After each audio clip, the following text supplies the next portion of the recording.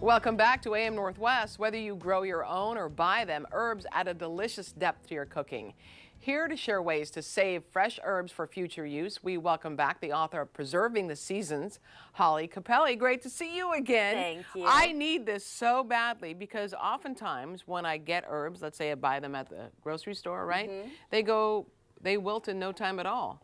They do. I know. And you know, it's funny because whether you're growing them yourself, getting them from the farmer's market or the grocery store, we want them to last. We want them to last. Yeah, so using them fresh is great, but also extending their shelf life is even better. Okay. So here are how I dry them naturally. Okay. And this is a practice I do every year.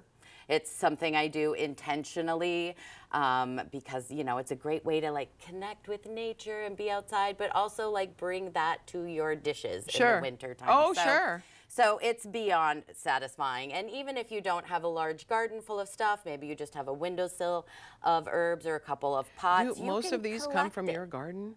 Some of them are from my garden, some are grocery store assist. Gotcha. Yeah, gotcha. But that's the beauty of it. Right. You know, you can preserve from however you're getting it. Right. So it always starts with, if you're harvesting it, you want to make sure that you are shaking it really good before you bring it in. I throw some herbs like thyme, the little guys, in a colander, and I shake them really good. Why I is just that? want the critters to go away. Oh, good point. I don't want to bring them all in my house. No, good point. So I am really banging those up and trying to get those cleaned out. And then they need to get rinsed. If you're gonna eat it, rinse it. Okay.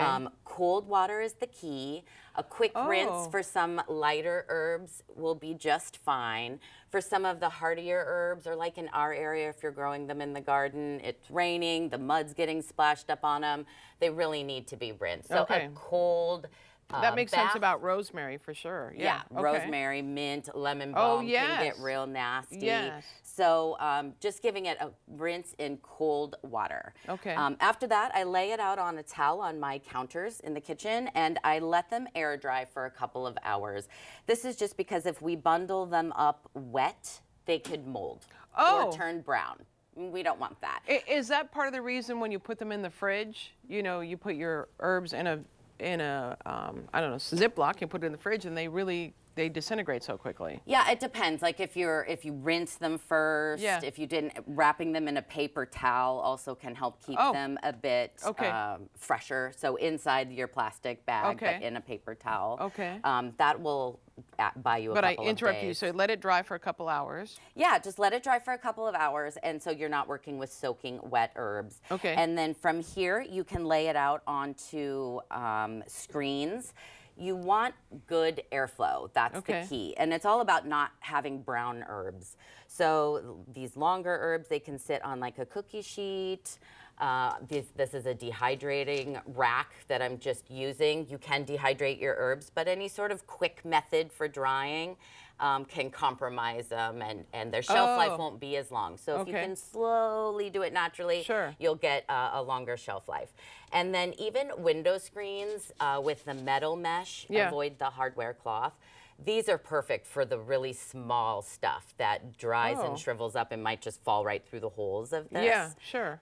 So another good option, use what you have. I love to hang my herbs. I hang them in my... Look at this. Yeah, that looks great. Yes, this is a crib rail. Our youngest is 15. Don't need that anymore, hopefully. We've been using it for a while, and it works. We actually had it hanging from our ceiling for a while, and it was really neat with all the herbs hanging down. Yeah, but that looks great. Need something with airflow. Oh my gosh. This is the garden room. How gorgeous that is. So we have eye hooks in the ceiling, and then connected to the eye hooks are long strands of twine or kitchen string. Yeah. And then I just use clothespins and hang my bundles on the lines. Wow. And every year there's a new line added. Wow. It's a little nuts. How long do they last like that? Well, you only want to leave them up there to hang for a week or two until they're totally dry. Okay. If you want to eat them. I see. Because we don't want them to collect dust and get nasty. Okay. So we just want them to be dry enough that they are brittle. Yeah, I mean, you I should can be hear able that to crinkle just from here. crinkle them up or break right in your fingers. And when they are to this form, then they're ready to be jarred up. Oh. Jarring them whole will last the longest. They'll last 1 to 3 years if you just leave the leaves whole. So you remove them from the stem, and then leave them whole. I also always keep some crushed. This is rosemary. Oh, wow. So just quick pinches, I can throw it into my cooking. And then my older rosemary, as I'm drying new stuff, I ground up. Wow. And I use a coffee grinder to do this. Yeah. And it's just easy, quick go-to. And then this is my backup. So once these start to empty, then I'll start to crush some or ground Let's some. take a look at a pic of, look at this. Wow, you really make us look inept. We are. No, well, we're never going to get to this.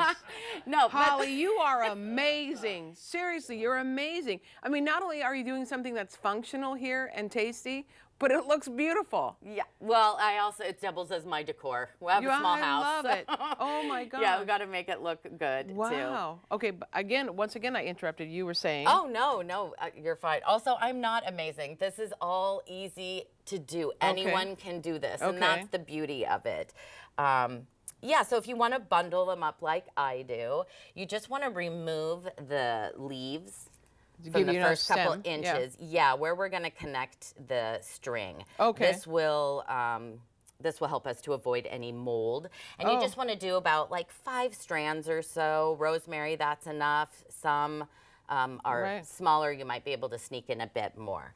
And then once you've got that, you just use your kitchen string or your natural twine. Right. And just tie them up. And it looks like you give them little name tags. I definitely as well. give them name tags. Yeah. I think I'm always going to know what everything is, and there are some that are very identifiable. But once you get oregano up there, and mint, and lemon balm, and then you're like, what was that? Yeah, gotcha. Oh my gosh, you are something else. We want to tell everyone the name of your book again is called Preserving the Seasons. Holly Capelle, thank you so much. Great to see you. Thanks for having me. All right, we'll be right back with more AM Northwest. Don't go away.